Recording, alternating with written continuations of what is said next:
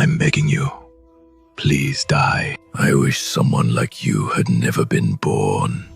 Your existence defies the natural order of this world. The younger brother was blessed by the gods. The older one was not. My father sent messengers to the temple to bring Yoriichi back, but he wasn't there. He vanished without a trace. Was he kidnapped? Did he fall from a cliff? Was he attacked by a bear? Unexpectedly, my wish came true. 10 years after that, I was living a peaceful life, blessed with a wife and children. Every day was calm and, in a way, dull. Time seemed to pass painfully slowly. Then our camp was attacked by a demon, and the time that had stood still began to move again. We met again, unexpectedly. Yoriichi saved me from a demon. His swordsmanship had advanced so far that the skills he had shown as a child seemed like nothing by comparison. He defeated something that wasn't even human with incredible ease. From the very instant I saw Yoriichi, my peaceful days were shattered, and envy and hatred began burning inside me again. Forgive me, brother. I should have gotten here sooner. I should have gotten here sooner. Yoriichi apologized for arriving late and for the deaths of my subordinates. Yoriichi was strong, and he had become a flawless man. I saw his strength and skill, and I wanted them for myself. I left my home, my wife, and my children behind to walk the path of the Demon Slayer Corps, just like Yoriichi. Yoriichi taught everyone his techniques and breathing styles, but no one could reach his level. So he focused on each person's strengths and taught them modified breathing techniques. That is how the techniques derived from sun breathing came into being. The number of Demon Slayers bearing the mark increased, and the power of the Demon Slayer Corps grew.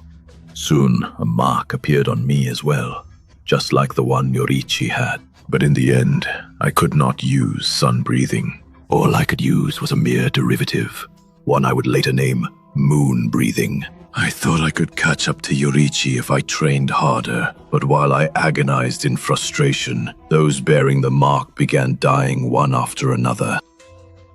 They paid for their marks with their own lives, and the golden age was soon coming to an end.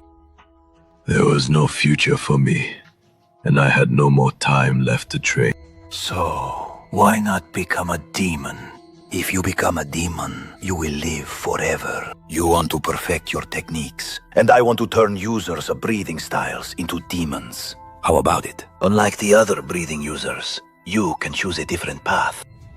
Then the path I desired from the bottom of my heart opened before me. I would be free from every restraint.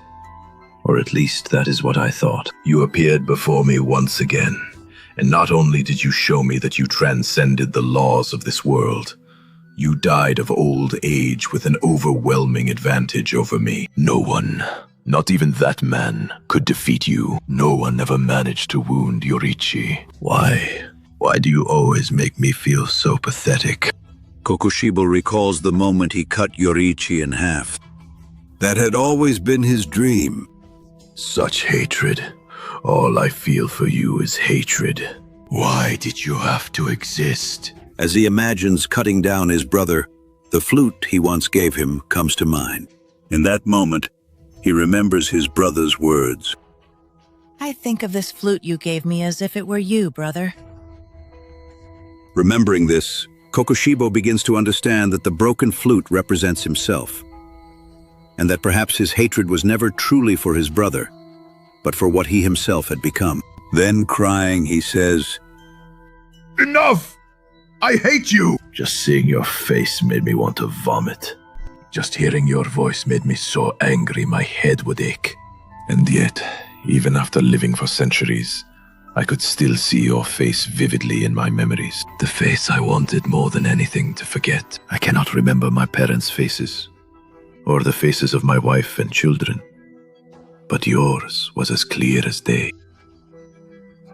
You are incomparable, like the sun, and every human being around you has no choice but to yearn for you, reach out to you, and writhe in agony until they turn to dust and disappear. Yes, nothing. I achieved nothing. I abandoned my home. I abandoned my family. I abandoned my humanity. I cut down my own descendant without a second thought. I abandoned the way of the samurai. After going that far, was it all for nothing? You said those who master their craft all arrive at the same place, but I never reached it. I was never able to see the world the way you did. Every swordsman who knew sun-breathing was slaughtered by that man, and by me after you died. So why does your breathing still live on? Why couldn't I leave anything behind? Why couldn't I become someone? Why are you and I so different? Why on earth was I born? Tell me, Yoriichi. All that remained of the one who had abandoned everything was the old flute in his Hayori, representing the human being he once was. Did he keep it because he loved his brother? End of chapter 178. To help keep the channel alive, please like, comment, and subscribe.